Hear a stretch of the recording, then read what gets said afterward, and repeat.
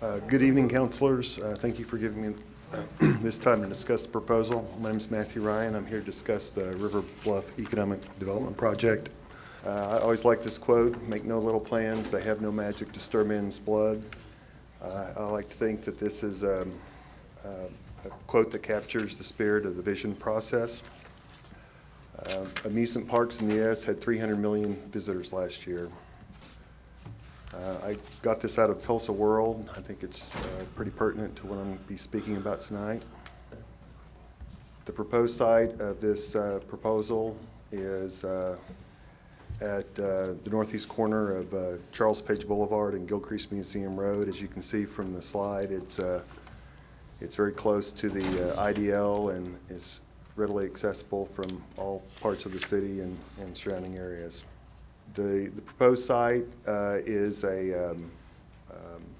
it's currently occupied by city and county facilities, 3 of which are closed or going to be closed. They're going to be replaced by, they have been replaced or going to be replaced by facilities off-site. The remaining facilities are 45 plus years old. Here's a overview of the site. You might ask yourself why I think this is a good site. It is, like I said before, it's close to the IDL, which is the hub of the city's expressway system. It is bordered on industrial land on the west, Newblock Park on the east, the Arkansas River on the south, and a large bluff on the north. The proposed use would have minimal impact on the surrounding neighborhood. The site is also flat and has dozens of mature trees. Overall, it's an ideal site for an amusement park. It is also owned by local governments, so acquiring would not require any condemnation. This proposal would fund the removal of unneeded facilities and relocate the remaining facilities. The land would be leased to an amusement park operator who would build an urban amusement park. That's kind of the before. This is what I envision for the after. This is Illich Gardens in urban Denver, Colorado. It's right across the river from downtown Denver. Imagine what it'd be like if this proposal became a reality. It's a few years from now. Imagine yourself on a bright May afternoon. You're on the Ferris wheel high above the ground.